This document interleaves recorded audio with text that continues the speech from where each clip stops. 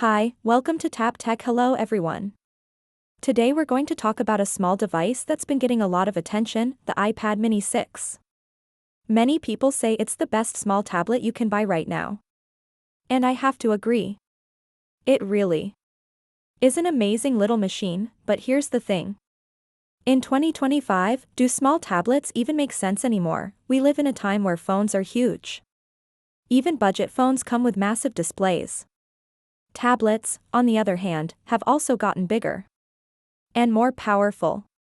So where does something like the iPad mini fit in? That's the question I had too. So I decided to test it out. And after using it every single day, I have a lot to say. Let's dive into everything you need to know about the iPad mini 6. From design and performance to display, battery life, and real-life use cases. Let's begin with a bit of a throwback. The first iPad mini was released in 2012. That was actually my very first iPad. I remember it clearly.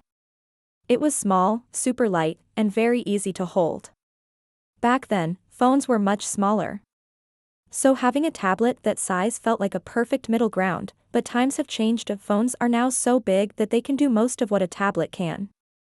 So the appeal of a small tablet started to fade. Over the years, I moved on to bigger tablets.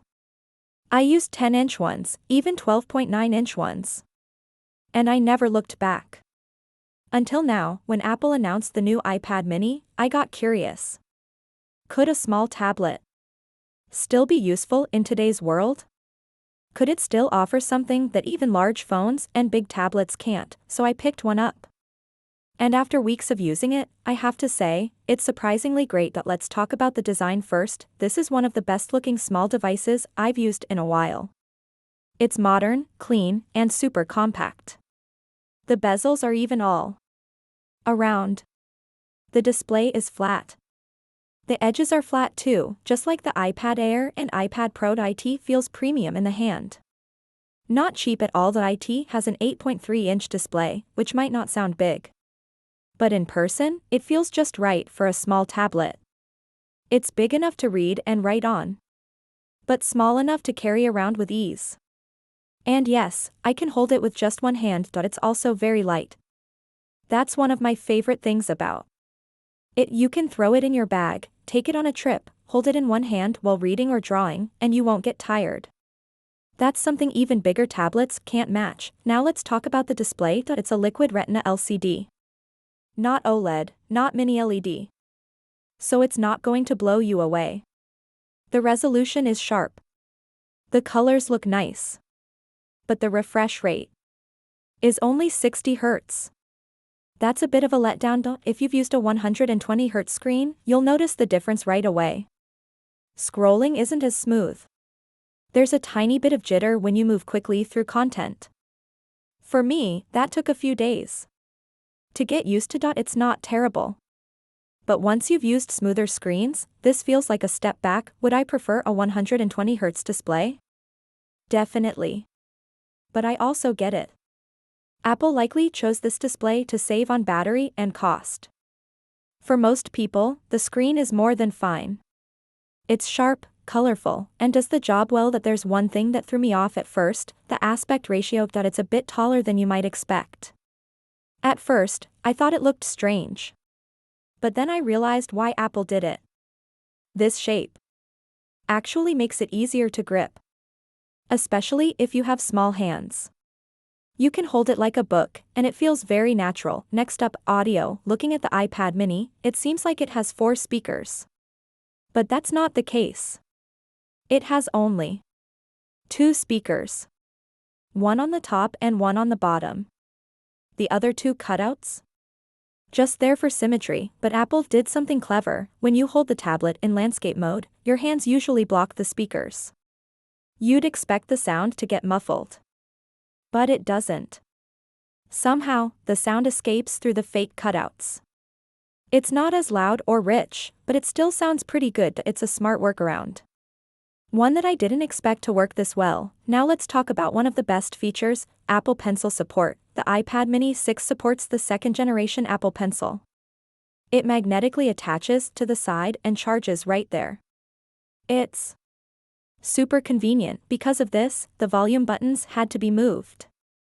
They're now on the top, right across from the power button.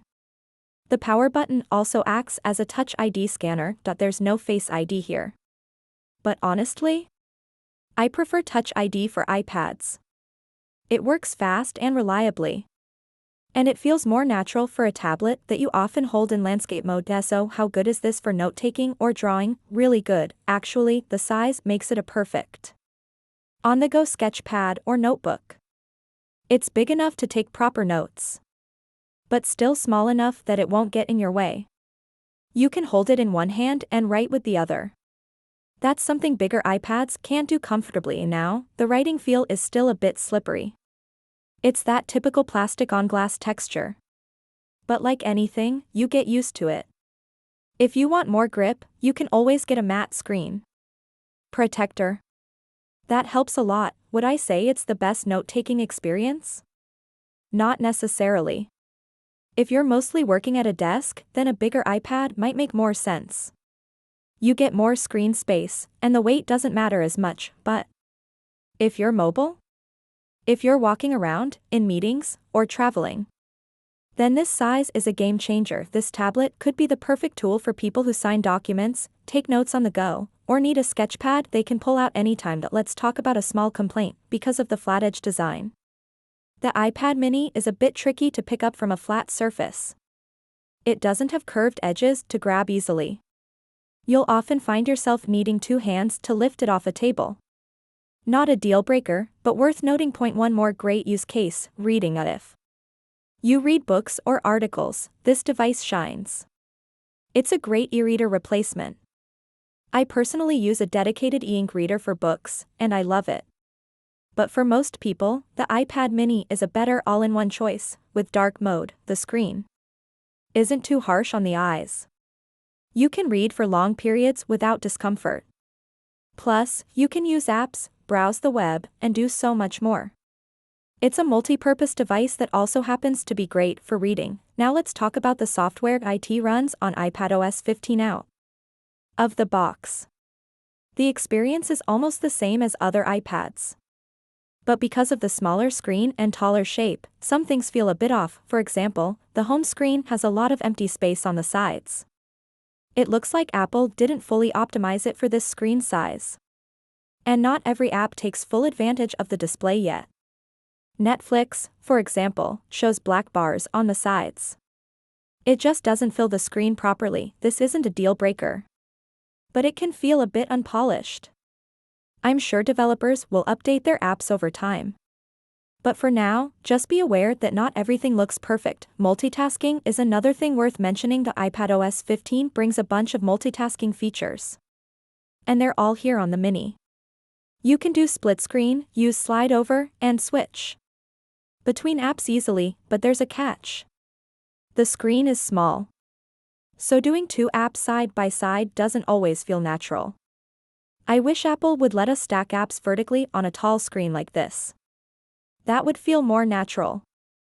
For now, side-by-side multitasking feels a bit cramped. Now let's move on to performance. This iPad mini may be small, but don't let the size fool you. Inside, it has Apple's A15 Bionic chip. That's the same chip used in the iPhone 13 series. And that chip is no joke. It's fast. It's responsive. It handles almost anything you throw at it, whether you're opening apps, browsing the web, playing games, or switching between tasks, it just works. No lag. No slowdowns. Everything feels snappy and smooth. This level of performance in such a small body is honestly kind of wild. Now, for most people, this chip is probably overkill. Most folks won't use this for heavy workloads. But if you do plan to push it, you'll be surprised at how far it goes. Let's talk about video editing. You're probably thinking, who would edit videos on an 8-inch screen? But hear me out, I decided to test it with LumaFusion. It's one of the best video editing apps on iPad. I threw in a bunch of 4K video clips. I layered them. I added transitions, text, and color grading, and guess what? It handled it like a champ. Scrubbing through the timeline was smooth. Playing back 4K clips was no problem. Even with multiple layers stacked, it didn't stutter. I was honestly shocked, and thanks to the new USB-C port, I can now edit directly from an external drive. I can also import clips straight from my camera. That's a game changer. You don't need to load everything into internal storage first. Yeah, I'm not saying this is your main editing machine. But if you're traveling and need to edit a quick vlog or a YouTube short, this can absolutely do it. For more videos, please like and subscribe my channel, and do not forget to press bell icon to get latest updates.